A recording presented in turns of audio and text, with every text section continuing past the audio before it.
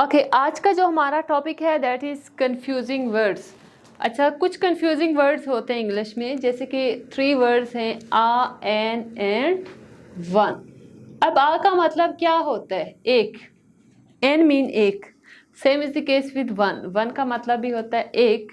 लेकिन इन तीनों वर्ड्स को हम लोग यूज़ कैसे करते हैं? For example we have one. अब वन जो है ये आप कहाँ पे यूज करेंगे? Because one is a numeral number. Numeral number क्या होता है? नंबर्स को बोलते हैं। When the number is important then और when we want to emphasis that it's only one, तब हम क्या लगाते हैं?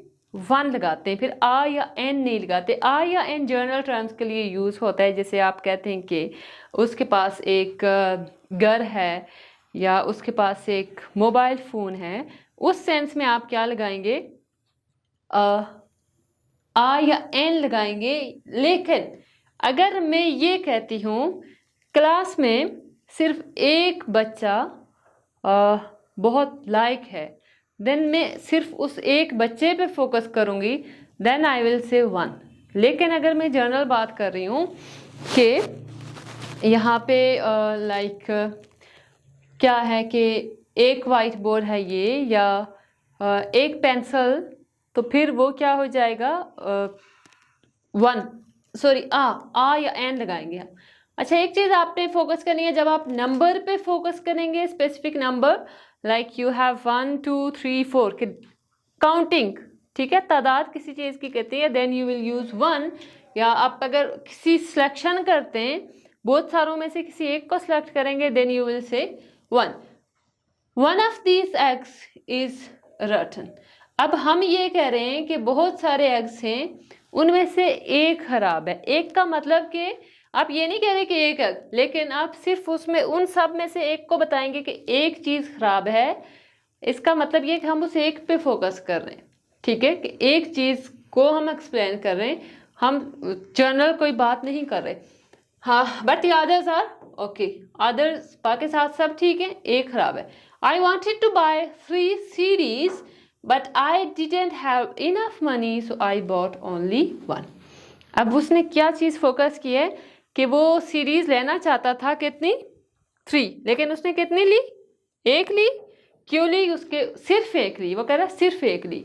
अब दूसरे बंदे को वो ये बताना चाह रहा है कि 3 थी, लेकिन वो एक नंबर बताना चाह रहा है कि मैंने सिर्फ एक ली क्योंकि मेरे पास पैसे कम थे। If you move toward next topic. अच्छा, ये इसी की एक्सप्लेनेशन है, difference between a and an. अब मैं आप लोग को बताती हूँ when we use a and when we can use an. There are some sounds. आपके पास क्या है? A, E, I, O, U. इनको क्या बोलते हैं? वॉल्स, वॉल लेटर, ठीक है, वॉल एंड कॉन्सोनेंट्स। अब जो वॉल साउंड्स होंगी, लेटर्स पे फोकस नहीं करना, साउंड्स पे, ठीक है, साउंड पे हमने फोकस करना है। अगर सपोज ये है ऑमलेट, ओ से स्टार्ट हो रहा है, वो क्या है? O is a vowel. उससे पहले हम लगाएंगे एन। बाकी जितने कॉन्सोनेंट्स होंगे उनसे पहले हम लगाते हैं आ। जैसे अब एन क्या है? An, M N. और कोई और, जैसे आप, मैं यहाँ पे लिखती हूँ आ, यहाँ पे लिखती हूँ F, then we have B, then we have C. So these all letters or these all sounds are consonants. That's why we will use a before them. जब ये कोई भी word इन consonant sound के साथ start होगा, उससे पहले मैं आ लगाऊंगी. But if your word start with a vowel sound, then you will use n. फिर क्या लगाएंगे? n. I had an omelette for breakfast.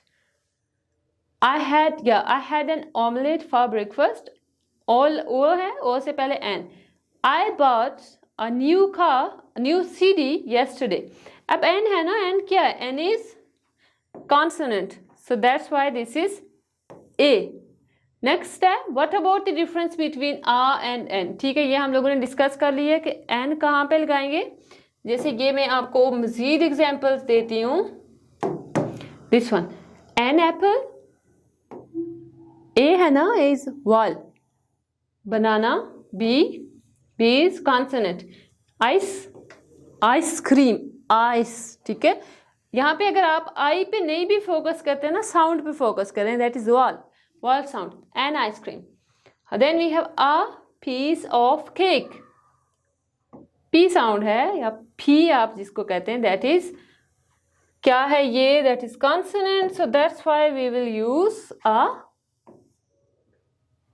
Okay, and other examples, an egg, E, carrot, C है, omelette, ओ, स्टीक, S से पहले ए लगेगा, an umbrella. अब आपने क्या पढ़ा है, A E I O U, U is vowel, a uniform, okay. लेकिन अगर यहाँ पे एक चीज मैं आपको बताती हूँ, मैंने आपको क्या बताया है, that you will look at the sounds. For example, an अगर अम्ब्रेला आ रहा है, एन के बाद यू आ रहा है, तो एन लगा रहे हैं, लेकिन यूनिफॉर्म में भी तो यू आ रहा है ना, फिर हम क्यों आ लगा रहे हैं।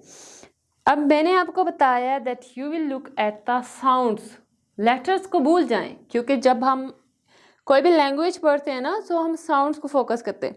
अब देखें अम्ब्रेला, इसको कैसे पढ़ते हैं, आ, अम्ब्रेला पढ़ते हैं ना, आ साउंड आ रही है, आ क्या है, ए से, ए वाल था, ये क्या है, यू, इसको हम आ नहीं पढ़ रहे, यूनिफॉर्म है या यूनिवर्सिटी है, तो आ बोलेंगे, एन नहीं बोलेंगे, क्योंकि उसकी साउंड जो है that is just like a consonant sound, so that's why this is a uniform, a university. An hour, H है ना, मोस्ट लोग इसको हावर भी पढ़ते हैं, ये हावर नहीं होता, ये क्या होता है, आवर, आवर। अब आ क्या था, ये ए मैंने क्या बताया, इज वॉल, इसको पढ़ते कैसे, this is a sound, an hour, a hat. अब एच है ना, इसको ये भी एच है, ये भी एच है, इस एच को हैट पढ़ रहे हैं, हा साउंड, इस एच को आवर पढ़ेंगे, स्किप कर देंगे, एच प्रोनाउंस नहीं करेंगे।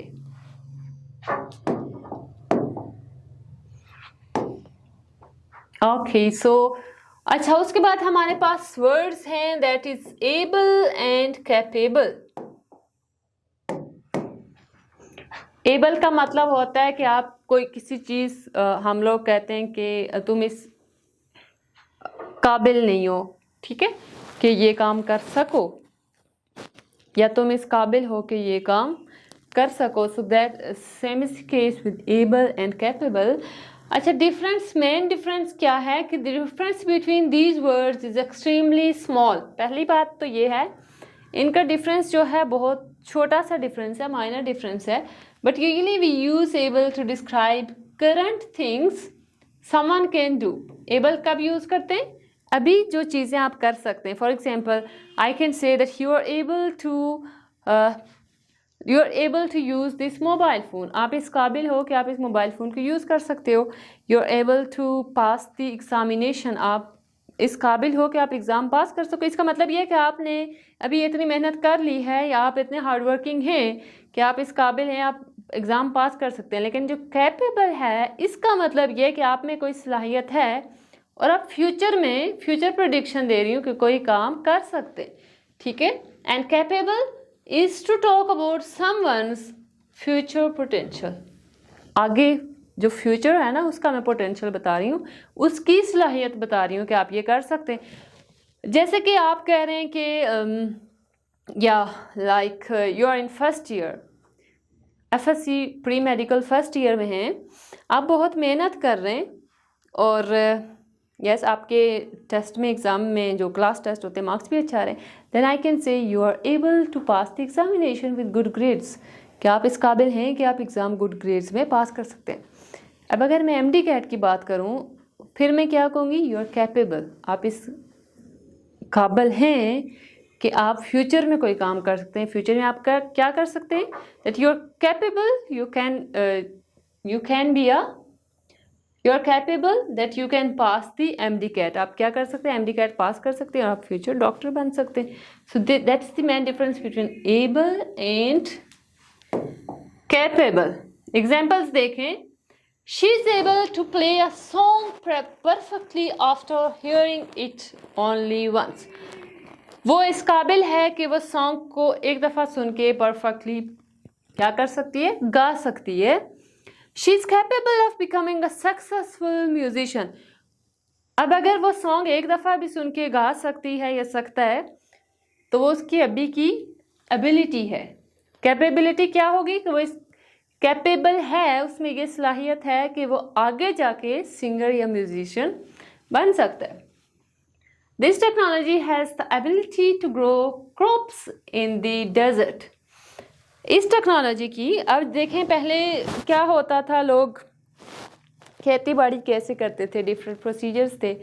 अभी कुछ न्यू टेक्नोलॉजीज आ रही हैं वक्त के साथ, तो वो ये कह रहे हैं कि इस टेक्नोलॉजी में ये एबिलिटी है कि वो क्रॉप्स को ग्रो कर सकती है। कहाँ पे, डेजर्ट्स में। डेजर्ट्स में इन सहरा।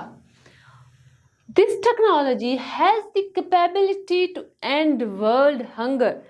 सेकंड सेंटेंस वो ये कह रहा है, अच्छा ऊपर जो सेंटेंस है ना, इसका मतलब है कि उसमें एबिलिटी है, वो अभी कर सकती है वाकई में। लेकिन कैपेबिलिटी का मतलब ये है कि फ्यूचर प्रेडिक्शन है कि ये टेक्नोलॉजी फ्यूचर में जो पूरी दुनिया का जो खुराक की कमी है उसको पूरी कर सकती है। Okay, same is case with opposite of able. अच्छा, अब जो एबल का अपोजिट होता है उसको बोलते हैं क्या, unable. And the opposite of capable is incapable. ऐसा ना आप एबल की जगह लिखें uncapable, that is incorrect. Able opposite is unable and capable opposite is incapable. For example, the disease made him unable to move without pain. This, yes, अब इस sentence का meaning है the disease made him unable to move without pain। अब वो ये कह रहा है कि वो अभी इस सिचुएशन में है कि वो दर्द की वजह से चल नहीं सकता। क्यों नहीं चल सकता, उसको कोई डिजीज है, सो इस वजह से वो अभी नहीं चल सकता, ही इज अनेबल। ठीक है, लेकिन अगर सेम आप प्रिडिक्शन फ्यूचर की देंगे, कैसे देंगे, वो भी कैपेबल का उलट यानी incapable. The treatments are incapable of curing the disease. अब वो कह रहा है कि अब कोई पॉसिबिलिटी फ्यूचर में भी नहीं है कि ये जो जितनी भी ट्रीटमेंट्स चल रही हैं ये इस इलाज का कोई सॉल्यूशन निकाल सकें या इसकी कोई ट्रीटमेंट कर सकें। Next word is okay. वो कह रहा है कि जब एबल का वर्ड आएगा, एबल के साथ आप लगाएंगे प्रेपोजिशन टू। फिक्स्ड प्रेपोजिशन कुछ होते हैं जो जैसे एक वर्ड है उसके साथ ये प्रेपोजिशन आएगा, दूसरे के साथ ये आएगा। सो नेक्स्ट इंशाल्लाह हम लोग प्रेपोजिशन की भी सीरीज स्टार्ट करेंगे, fixed prepositions. Note that we say able to but capable of. जब एबल का वर्ड आएगा एबल टू, कैपेबल का वर्ड आएगा capable of. The marital artist is able to break a concrete block with his bare hands. ये marital नहीं है, that is martial artist, martial artist. ठीक है, ओके। अब वो क्या कर सकता है, इज एबल टू। मैंने क्या बोला, एबल के साथ क्या आएगा, टू। कैपेबल के साथ कैपेबल, यहाँ पे आपके पास है yes. I don't think he is capable of violence, capable of, able to. अच्छा, उसके बाद दो वर्ड्स हैं हमारे पास, एक्सीडेंट एंड इंसिडेंट। ये बहुत कंफ्यूजिंग है। कुछ लोग मतलब कुछ भी हो जाता है, हर एक बात के लिए कह रहे होते हैं एक्सीडेंट हुआ है, एक इंसिडेंट हुआ, उनको समझ नहीं आती एक्सीडेंट होता क्या, इंसिडेंट होता क्या, इन दोनों वर्ड्स में डिफरेंस क्या। अच्छा, जब भी आपके पास वर्ड एक्सीडेंट आएगा इट मीन्स कि कोई बुरी खबर, कुछ बुरा हुआ है। बुरी खबर भी नहीं बल्कि कुछ बुरा हो चुका है, that is called accident. Incident अब कोई भी वाकया हो सकता है, वो अच्छा भी हो सकता है, बुरा भी हो सकता है, इंटेंशनली भी हो सकता है, अनइंटेंशनली भी। बट एक्सीडेंट मोस्टली अनइंटेंशनली होता है। जैसे आप कह सकते हैं कि कार एक्सीडेंट, आप गाड़ी में जा रहे हैं, आपका कोई अल्लाह ना करे कोई करीबी एक्सीडेंट हो जाता है किसी का, गाड़ी में वो अनइंटेंशनली होता है ना, हम सोच समझ के नहीं करते, उसको एक्सीडेंट कहते हैं। इंसिडेंट इंटेंशनली भी हो सकता है, अनइंटेंशनली भी हो सकता है, अच्छा भी हो सकता है, बुरा भी हो सकता है। एक्सीडेंट जो है वो इंसिडेंट की कैटेगरी में आ सकता है, लेकिन इंसिडेंट एक्सीडेंट की कैटेगरी में नहीं जा सकता, क्योंकि एक्सीडेंट फिक्स वर्ड है, उसका मतलब है बुरी सिचुएशन। अच्छा, मैंने आपको क्या बताया है, incidents can refer to any event big और स्मॉल, गुड और बैड। अच्छा भी हो सकता है, बुरा भी, बड़ा भी, छोटा भी, इंटेंशनल अनइंटेंशनल, सोच समझ के भी हो सकता है या बगैर सोचे समझे भी। इंटेंशनल अनइंटेंशनल का मतलब यह है कि आपको नहीं पता चलता, आप वो काम सोच समझ के नहीं करते, खुद ब खुद हो जाता है। एक्सीडेंट खुद ब खुद की कुछ गलतियों की वजह से हो जाता है, बंदा खुद से नहीं करता। A bank robbery, a funny or controversial situation, an argument between celebrities, all can be described as incidents. इन सबको incidents कह सकते हैं। अच्छा, एक्सीडेंट का मैंने आपको बता दिया। If a drunk driver runs his car into a group of people, that is an accident. अगर एक ड्राइवर है, he is drunk, ड्रंक नहीं भी है, एक्सीडेंट हो जाता है या उसकी गाड़ी किसी चीज़ को हिट कर देती है, दैट इज कॉल्ड एक्सीडेंट। आप कहीं से गिर जाते हैं, दैट इज ऑल्सो एक्सीडेंट, आप जख्मी हो जाते हैं। ओके, उसके बाद हमारे पास 3 वर्ड्स हैं, one is accurate, second one is exact and the last one is precise. अब अगर एग्जैक्ट की बात की जाए, उसका मतलब ये है कि परफेक्ट। सिंपल, आप ये माइंड में बैठा लें, exact mean something is perfectly correct, कोई चीज़ ठीक है, अच्छी है, सही है। प्रिसाइज मीन, प्रिसाइज का आप इसका अपर लेवल कह सकते हैं। प्रिसाइज मीन उसमें कोई भी एरर, कोई भी मिस्टेक, कुछ भी नहीं है, कोई भी गलती नहीं है, बिल्कुल सही है। एग्जैक्ट का मतलब, अब अगर सपोज मैं ये कहती हूँ ना कि here we have some rules and these all rules are exact, are grammar के अकॉर्डिंग है। सपोज एग्जैक्ट का मतलब होता है सही है, लेकिन जब मैं प्रिसाइज की बात करूंगी तो प्रिसाइज का मतलब इनमें ना किसी कोमा की मिस्टेक है, ना फुल स्टॉप की, ना ग्रामर के किसी सिंगल रूल की मिस्टेक है, दैट इज कॉल्ड प्रिसाइज। अब एक्यूरेट की बात की जाए, एक्यूरेट का मतलब होता है कि ये भी हो सकता है कि करेक्ट, परफेक्टली करेक्ट। दूसरा मतलब ये है almost correct. Almost correct mean किसी हद तक ठीक है। जैसे मैं एग्जांपल देती हूँ, कैलकुलेशन के लिए भी समटाइम यूज किया जाता है। जैसे फॉर एग्जांपल वी हैव अच्छा, यहाँ पे देखें कि something can B reasonably generally largely pretty fairly accurate. This means it's not perfectly correct. There are some mistakes, but it is correct in general. अब कह रहे हैं कि जो accurate हम कहते हैं ना, उसमें कुछ mistakes हो सकती हैं या उसमें कुछ गलतियां हमारे पास हो सकती हैं, लेकिन जो precise है, precise में एक single mistake या single error भी नहीं होती हमारे पास। अगर हम examples पे जाएं, मैं आपको एग्जांपल्स दिखाती हूँ उसकी।